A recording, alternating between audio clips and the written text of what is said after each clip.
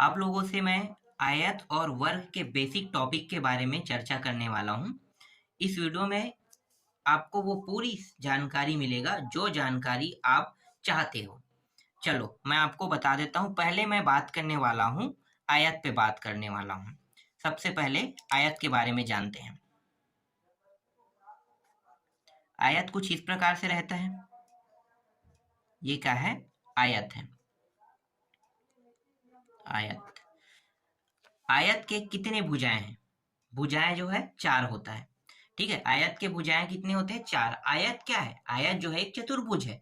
जिनके 4 भुजा हो उसे हम क्या कहते हैं? आयत कहते हैं। तो आयत क्या है? आयत एक चतुर्भुज है और इनके 4 भुजा हैं। तो 4 भुजा जिसके होते हैं उसे हम क्या कहते हैं? चतुर्भुज कहते हैं। और चतुर्भुज के एक प्रकार में आयत क्या है? इसका एक प्रकार है। आयत के सभी भुजाएं बराबर नहीं होता है। ठीक, आमने सामने की भुजाएं बराबर होती हैं। ये आयत की परिभाषा है। कैसे? देखो, ये भुजा जितना है उतना ही ये भुजा भी रहेगा, सेम टू सेम लंबाई है। ये वाला भुजा जितना है उतना ही ये भुजा रहेगा।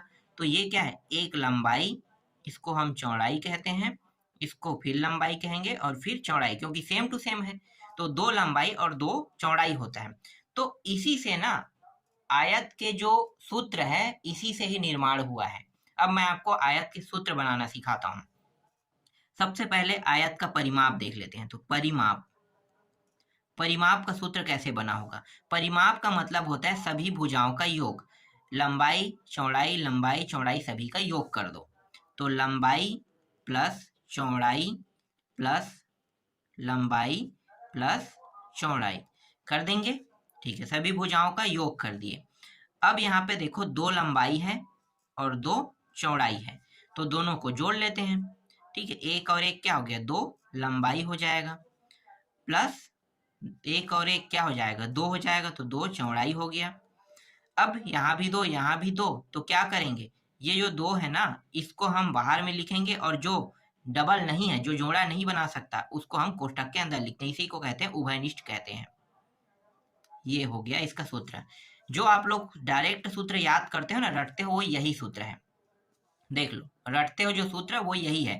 परिमाप कहेगा तो आप रटो, रट के रखे रहोगे 2 कोष्ठक के अंदर लंबाई प्लस चौड़ाई, यही रटते हो। जबकि रटने की आवश्यकता ही नहीं है। मैंने यहाँ पे बहुत बारीकी से आपको बता दिया कि लंबाई चौड़ाई इस तरह से सभी का योग कर दो, डायरेक्ट रखो मान को, इसमें ही रख दो मान को, और डायरेक्ट ये जो उत्तर आपका आ जाएगा। चलो एक प्रश्न मैं आपको बताता हूँ। मान लेते हैं लंबाई का मान कितना रख लेते हैं? 6 रख लेते हैं। ठीक है, और चौड़ाई का मान कितना रख लेते हैं? 4 रख लेते हैं। चौड़ाई का मान 4। अब यहाँ पे मान रख देते हैं। तो चाहो आप यहाँ पे रख दो, या तो ये सूत्र निकल गया तो इस सूत्र में भी मान रख सकते हो। ठीक है, तो मैं यहाँ पे मान रख देता हूँ। 6 4 कितना हो जाएगा? 10। चलो ये सूत्र में रख देता हूँ 2, ये 6 प्लस 4 कितना हो गया? 6 4 10।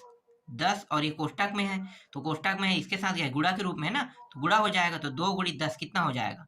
2 गुणित 10 20। तो इस तरह से 20 आएगा इसका उत्तर। समझ में आ गया? देखो कितना आसान है। इसे मैं मीटर में ले लेता हूँ। ठीक है, मीटर में तो 20 मीटर लिखेंगे। देखो अब आयत का क्या निकाल लेते हैं? क्षेत्रफल निकाल लेते हैं। तो यहाँ पे लिख लेता हूँ आयत का क्षेत्रफल। आयत का क्षेत्रफल क्या होता है? आयत का क्षेत्रफल का सूत्र, तो 2 असमान भुजाओं का गुणा करना। असमान भुजा, तो असमान भुजा कौन सा है? एक मैं लंबाई ले लेता हूं और एक चौड़ाई ले लेता हूं। तो दोनों असमान है, या तो मैं इस लंबाई को लूंगा, इस चौड़ाई को लूंगा, या इस चौड़ाई या इस लंबाई को लेंगे, लेकिन दोनों असमान होना चाहिए। दोनों क्या होना चाहिए? असमान। तो 2 असमान भुजाओं का गुणनफल क्या कहलाता है? क्षेत्रफल कहलाता है। तो लंबाई गुणित चौड़ाई कर लेते हैं। तो ये लंबाई गुणित चौड़ाई, यही क्या है? इसका क्षेत्रफल का सूत्र है। देखो क्षेत्रफल के सूत्र को याद करना पड़ा? बिल्कुल नहीं, बस दिमाग लगाओ और ट्रिक से इसके क्षेत्रफल के सूत्र को आसानी से बना लो। बस दिमाग लगाने की बात है, कोई टफ नहीं है ये। ठीक, अब इनके लिए मान रख देते हैं। 6 4 दिया हुआ है, तो लंबाई का मान 6 और चौड़ाई का मान 4 कितना हो जाएगा? 6 चौक 24। 24 और मीटर था, तो ये दोनों का गुणा हुआ है ना, तो एम इसमें भी एम इसमें भी, मीटर मीटर क्या होगा? स्क्वायर हो जाता है। कई लोग यहीं पे कहीं पे मतलब कई लोग जो है ना यहीं पे गलती करते हैं। गलती नहीं करना है। ठीक है, परिमाप में एक बार होता है, जब गुणा होता है तो गुणा में है 1 मीटर 2 मीटर तो मीटर का स्क्वायर हो जाता है, इसे हम वर्ग मीटर भी कहते हैं। मीटर का वर्ग, देखो ये मीटर स्क्वायर हो गया, ठीक है, तो कई बार हम वर्ग मीटर इसे लिखते हैं, ठीक, तो इसी तरह से इसे बनाया जाता है। चलो आगे देखें। इसके बाद विकर्ण, हाँ बात कर लेते हैं विकर्ण। विकर्ण जो है ना, एक विकर्ण जो है, मैं आपको विकर्ण के बारे में थोड़ा सा बताना चाहूंगा। जैसे ही मैं इसमें एक विकर्ण खींचता हूं तो क्या दिखाई दे रहा है अब आप लोगों को, ये मुझे बताओ। विकर्ण खींचने के बाद ये जो चतुर्भुज है, जो आयत है, वो दो हिस्सों में बंट गया और दो त्रिभुज का निर्माण हो रहा है। तो कई बार ऐसा भी होता है कि त्रिभुज के सूत्र को हम याद करते हैं, लेकिन अक्सर सूत्र जो है वो गलत हो जाता है। तो गलत नहीं करना है, मैं अभी आपको क्या बता रहा हूँ। ये विकर्ण जो है ना, विकर्ण रेखा जो है वो त्रिभुज, ये जो आयत है उसे दो हिस्सों में बांट रहा है। कितने हिस्सों में? दो हिस्सों में। तो दो त्रिभुज का निर्माण हो रहा है, तो त्रिभुज का क्षेत्रफल क्या होगा, समझो इसे। चलो मैं त्रिभुज के क्षेत्रफल पे बात कर लेता हूँ।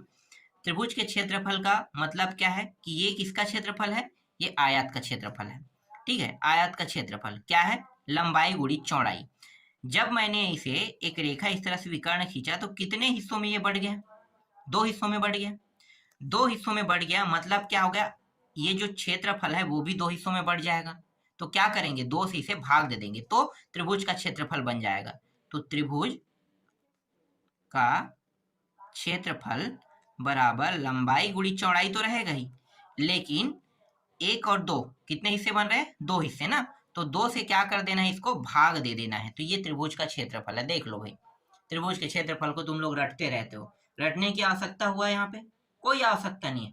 बस करना क्या है आपको, करना ये है कि बस एक आयत को दो हिस्सों में बांट दो, जो आयत का क्षेत्रफल है वही क्षेत्रफल त्रिभुज का होगा, लेकिन वो दो हिस्सों में बढ़ जाएगा, इसीलिए यहाँ पे दो से इसे भाग दे देंगे, किसको, आयत के क्षेत्रफल को, तो वो क्या बन जाता है, त्रिभुज का क्षेत्रफल बन जाता है। आसान था। ठीक है, विकर्ण पे बात कर लेते हैं। अब विकर्ण क्या होता है, तो विकर्ण के बारे में बता देता हूं। विकर्ण, ये विकर्ण और कुछ नहीं है, इसे हम त्रिभुज में कर्ण बोलते हैं। त्रिभुज में क्या बोलते हैं, कर्ण बोलते हैं। और कर्ण जो है, अगर हम कर्ण निकालते हैं या विकर्ण निकालते हैं तो हम एक सूत्र का उपयोग करते हैं। कौन सा सूत्र है, जिसे हम कहते हैं पाइथागोरस प्रमेय। कौन सा सूत्र है, पाइथागोरस प्रमेय। यहाँ पे मैं लिख देता हूं, पाइथागोरस प्रमेय। हम इस सूत्र का उपयोग करते हैं, पाइथागोरस प्रमेय। और पाइथागोरस प्रमेय क्या है, कर्ण का वर्ग बराबर लंब का वर्ग, और ये आधार होता है या चौड़ाई होता है, हम उसमें आधार बोलते हैं, ठीक है, तो चौड़ाई भी बोल सकते हैं, चौड़ाई का वर्ग। तो ये कर्ण का वर्ग, लंब का वर्ग प्लस चौड़ाई का वर्ग, ठीक है। तो ये पाइथागोरस प्रमेय का सूत्र है। इस सूत्र का उपयोग करके हम किसी भी त्रिभुज के कर्ण निकाल सकते हैं और चतुर्भुज के भी कर्ण निकाल सकते हैं। तो चलो निकालते हैं भाई, और आपको मैं बताता हूँ, ठीक है, कैसे निकालते हैं। तो देखो इसे थोड़ा सा शॉर्ट कर लेते हैं। कर्ण का वर्ग से वर्ग हटाएंगे तो अंडर रूट कहाँ पे लग जाता है, यहाँ पे लग जाता है। तो ये हो गया लंब का वर्ग और ये चौड़ाई का वर्ग, ठीक है, चौड़ाई का वर्ग। इस तरह से इनके मान है हमारे पास, बिल्कुल है, देख लो 6 और 4, 6 और 4 है, तो हमें इसका मान निकालना है, अभी निकाल लेते हैं। तो रखो यहाँ पे मानों को, तो ये हो गया 6 का वर्ग और ये 4 का वर्ग, इस तरह से 36 और ये कितना हो जाएगा 16, दोनों को जोड़ दो, 6 6 12 का 2, हासिल आई 1, तो ये 3 और 1 4 1 5 52, तो 52 यहाँ पे प्राप्त हो रहा है। ठीक है, तो 52 क्या आ गया, इसका उत्तर आ गया। विकर्ण कितना आया, विकर्ण जो है वो 52 आया। समझ में आ गया। विकर्ण निकालने का सूत्र क्या है, विकर्ण निकालने का सूत्र ये जो पाइथागोरस प्रमेय का सूत्र है ना, यही है। शॉर्टकट में आप याद करते हो तो इसी को याद करते हो, इसको देख लो, ये जो सूत्र है शॉर्टकट में याद करते हो, और मैंने सॉल्यूशन करके भी बता दिया कि इस तरह से आपको सॉल्यूशन करना है। तो पाइथागोरस प्रमेय से हम क्या करते हैं, विकर्ण, और ये त्रिभुज में भी लागू होता है। ठीक है, त्रिभुज में भी ये लागू होता है, और ये किस कौन से त्रिभुज में लागू होता है, समकोण त्रिभुज में। ठीक है, समकोण त्रिभुज में लागू होता है। तो समकोण त्रिभुज में पाइथागोरस प्रमेय लागू होता है, और समकोण त्रिभुज में विकर्ण भी, मतलब समकोण त्रिभुज तो होता है लेकिन ये आयत में विकर्ण का भी उपयोग होता है। अब बात कर लेते हैं वर्ग पे, बात कर लेते हैं।